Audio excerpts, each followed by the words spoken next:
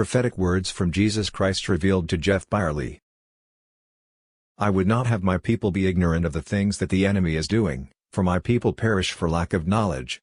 Everything done in darkness will be brought to light, and every evil secret whispered in darkness, shall be shouted from the rooftops. With this knowledge I also desire to impart wisdom to all who will listen.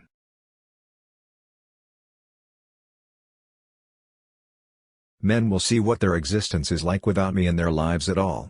Evil must be allowed to play out to the fullest degree. Satan has been trying to gain total control of the earth since the beginning. He would have killed everyone and destroyed everything, if I would have allowed him.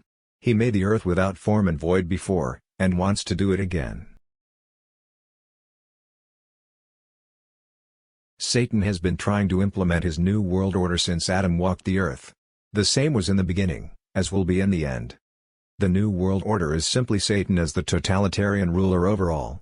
He wants to unite the world against me, as he has done both before and after the flood.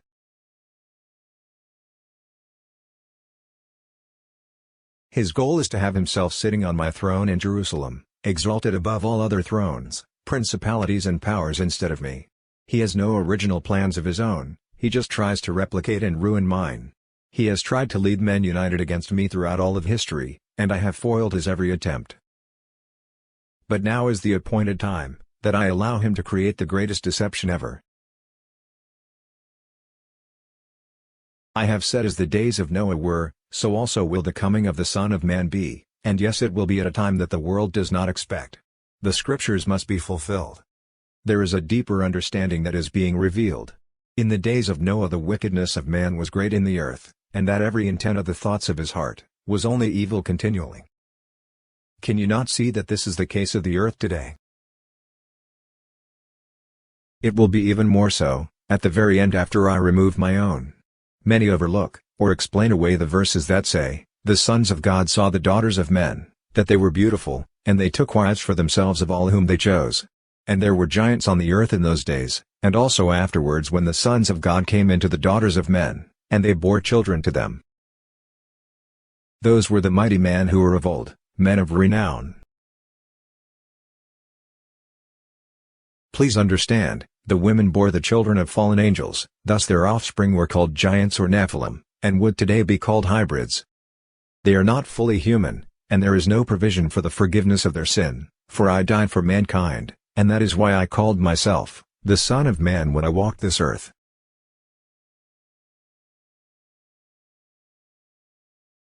The only bloodline not infected by the fallen ones was Noah and his family. To have sexual intercourse with human women and make them to bear children, would these angels not require a physical body? They also would need a physical form of transportation.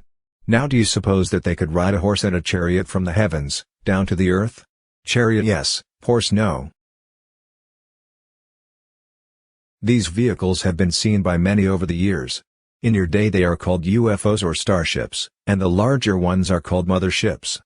There are many of them coming as they have in the past, for everything that was, will be again.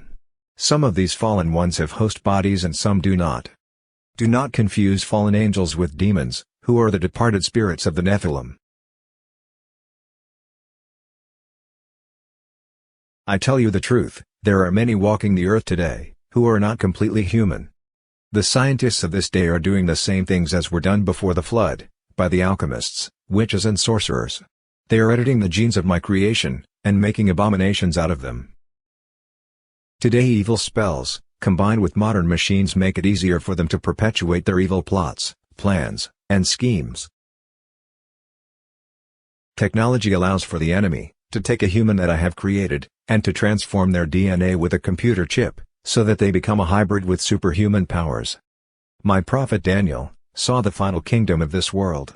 Feet made of iron and clay mix together, but they do not mix. The baked clay is man who hardened their hearts towards me, and the iron is the machines and computers that they mix themselves with. The great stone not hewn by human hands is the destroyer, that will smash the kingdom of this world to the ground, and the mountain that grows from it is my kingdom that will grow ever larger and overtake all the earth.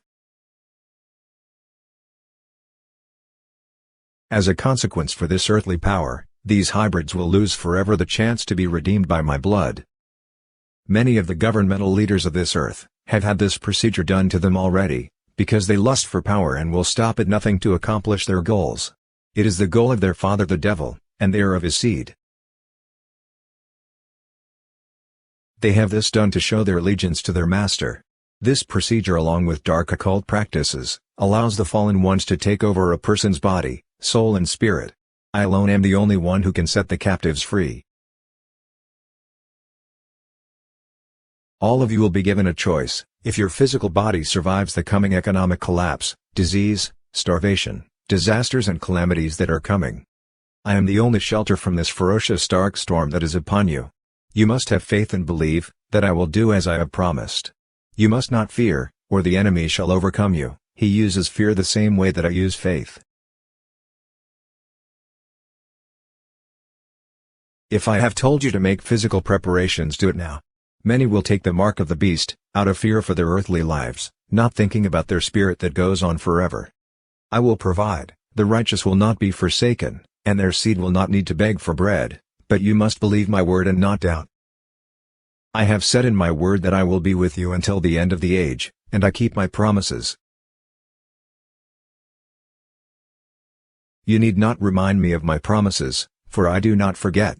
You my children must remember my promises, you must spend time with me, you must praise and worship me, for from this you will have your strength. Out of the obedience of doing these things in faith for a little while in the darkness, I will then bring my glory down upon you, and the enemy will flee from your very sight. All the earth awaits the manifestation of the sons and daughters of God. You shall be my mighty ones. Draw close to me now, my beloved. I am your hope, protector and sustainer. I am the glory and the lifter of your head. I am the one who closes the ark door,